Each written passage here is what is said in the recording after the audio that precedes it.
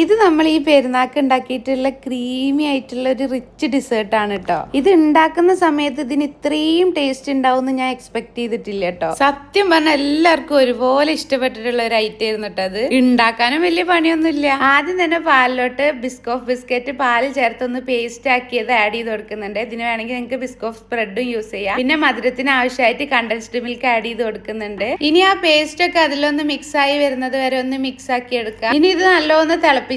തിളച്ച് വരുന്ന സമയത്ത് നമ്മൾ കുറച്ച് പാലില് കോൺഫ്ലോർ മിക്സ് ആക്കിയതും കൂടി ആഡ് ചെയ്ത് കൊടുക്കുന്നുണ്ട്. അപ്പൊ നമുക്ക് ഇതുപോലെ ഒന്ന് തിക്കായി കിട്ടും. ഇനി ഇതൊന്ന് ചൂടാറാൻ വേണ്ടി വെക്കണം. അപ്പോൾക്കും വേറൊരു ബൗളില് തിക്ക് ക്രീമോ ഫ്രഷ് ക്രീമോ ആഡ് ചെയ്തിട്ട് അതിലോട്ട് മധുരത്തിന് ആവശ്യമായിട്ടുള്ള കണ്ടൻസ്ഡ് മിൽക്കും കൂടി ആഡ് ചെയ്തിട്ട് നല്ലൊന്ന് മിക്സ് ആക്കിയിട്ട് വെക്കുക. ഇനി ചെറിയൊരു ബൗളിൽ കുറച്ച് പാലെടുത്തിട്ട് നേരത്തെ ഉണ്ടാക്കിയിട്ടുള്ള പേസ്റ്റും കൂടി ആഡ് ചെയ്തൊന്ന് മിക്സ് ആക്കുക. ഇനി ഇതെല്ലാം കൂടെ ഒന്ന് സെറ്റ് ചെയ്തെടുക്കുകയാണ്. അതിന് വേണ്ടിയിട്ട് ഇങ്ങനത്തെ സ്ലൈസ്ഡ് കേക്ക് ഞാൻ റെഡിമെയ്ഡ് വാങ്ങിച്ചതാണ്. ഇനി നേരത്തെ പാലിന്റെ മിക്സ് വെച്ചിട്ട് ഈ കേക്ക് ഒന്ന് മോയിസ്റ്റ് ചെയ്തെടുക്കണം. ഇനി നെക്സ്റ്റ് ലെയർ ആയിട്ട് നമ്മൾ നേരത്തെ ഉണ്ടാക്കി വെച്ചിട്ടുള്ള കോൺഫ്ലോറിന്റെ മിക്സ് ആഡ് ചെയ്ത് കൊടുക്കുക. അത് ഫുൾ ആയിട്ട് ഒന്ന് ആഡ് ചെയ്തിട്ട് ഒന്ന് ലെവൽ ചെയ്തെടുക്കുന്നുണ്ട്. ഇനി നെക്സ്റ്റ് നമ്മൾ ക്രീം ലെയർ ആഡ് ചെയ്ത് കൊടുക്കുക. അതിന്റെ മുകളിലോട്ട് ബിസ്കോഫ് ബിസ്ക്കറ്റ് പൊടിച്ചിട്ട് ആഡ് ചെയ്ത് കൊടുക്കുന്നുണ്ട്. നിങ്ങൾക്ക് ഇഷ്ടമുള്ള രീതിയിൽ ഇതിനെ ഡെക്കറേറ്റ് ചെയ്തെടുക്കാം. ഇനി ഇത് കവർ ചെയ്തിട്ട് ഒരു ഓവർനൈറ്റ് ഫ്രിഡ്ജിൽ വെച്ച് എടുത്താൽ നമ്മൾ സാധനം ഇവിടെ റെഡിയായി. അപ്പൊ കൂടുതൽ റെസിപ്പീസിന് നമ്മളെ പേജ് ഒന്ന് ഫോളോ ചെയ്തോളി.